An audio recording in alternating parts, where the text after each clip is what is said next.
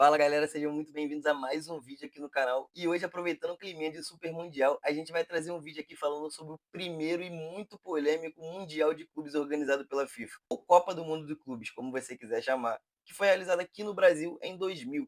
E para quem é novo aqui, no 1002 a gente fala sobre futebol diariamente com histórias, curiosidades, resenhas, tier list, então já se inscreve aí para não perder nada. Então vamos lá. Eu tenho certeza que você que não é corintiano já zoou ou já viu alguém gastar o Mundial do Corinthians de 2000 que foi ganho sem uma Libertadores. Mas você já parou para pensar por que Edilson do Corinthians estava nessa competição? Ou qual foi o critério utilizado para definir os participantes dessa competição que contou com Manchester United e Real Madrid? A competição foi realizada em janeiro de 2000. Então a FIFA, uma instituição íntegra, responsável, honesta e principalmente organizada, definiu seu critério para a seleção dos participantes. Foi simplesmente um catadão de campeões entre 98 e 99. E aí, se era o campeão de 98 ou 99, era o que dava na cabeça dela. Vamos passar caso a caso para vocês entenderem o que eu estou falando. Para começar, a Oceania não tinha nem campeonato continental consolidado. Foi criado um torneio específico só para definir quem ia jogar esse Mundial. E o campeão desse grande torneio, que contou com resultados como 14-2, 10-0 e até um 16-0, foi o South Melbourne, um time australiano. E a primeira das vagas europeias foi dada ao Manchester United, que ganhou a Tríplice Coroa em 99. Ou seja, ganhou a Premier League, a Copa da Inglaterra e a Champions League, que deu vaga a esse Mundial para o Manchester.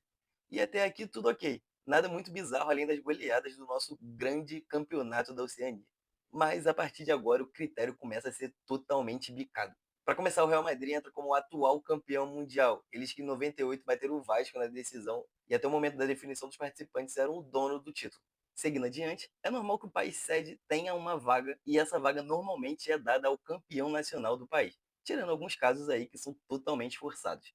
Como o brasileiro de 99 só acabou em dezembro, a vaga foi dada ao campeão brasileiro de 98. Nesse caso não muda muita coisa, porque o campeão de 98 e o campeão de 99 foi o Corinthians. Então o Corinthians deveria estar nesse Mundial, se a gente levar em consideração que esse critério é utilizado até hoje. Agora vamos para a maior polêmica desse Mundial, a vaga do campeão da Libertadores. E o representante da Comebol escolhida para esse Mundial foi o Vasco, que foi o campeão da Libertadores de 98. E por que isso é tão problemático?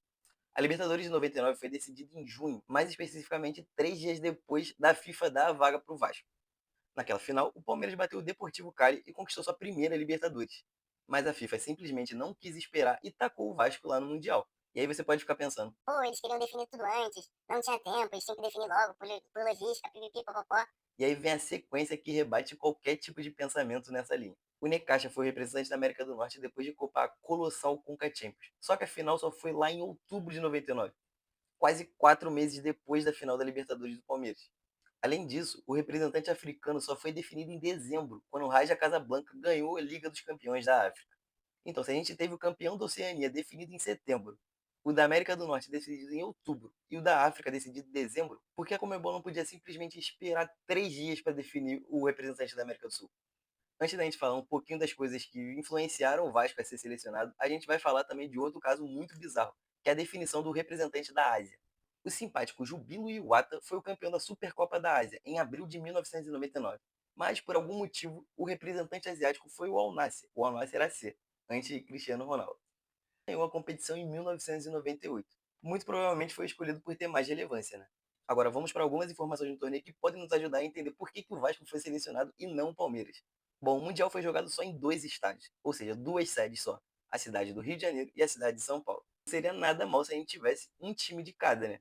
Comercialmente e mediaticamente é muito mais favorável e com isso o Palmeiras ficou com uma vaga prometida para o Mundial de 2001, que não aconteceu. Mas isso aí é papo para outro vídeo. E assim ficou definido que Corinthians e Vasco seriam cabeças de chave de seus grupos. Um jogaria em São Paulo e o outro jogaria no Rio de Janeiro. O grupo do Corinthians contou com Real Madrid, Al Nassr e Raja Casablanca. Já o grupo do Vasco contou com Manchester, Necaxa e South Melbourne.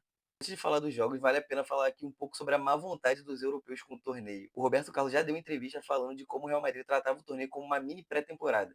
Os jogadores chamavam de Mundialito e iam ir dormir lá para as 5 da manhã. Já o Manchester nem queria vir jogar. Eles vieram por conta de uma pressão da Federação Inglesa que queria sediar a Copa do Mundo de 2006. E a vinda deles poderia ser boa ali nos bastidores para conseguir sediar a Copa. Dito tudo isso, os dois botaram o time principal para jogar.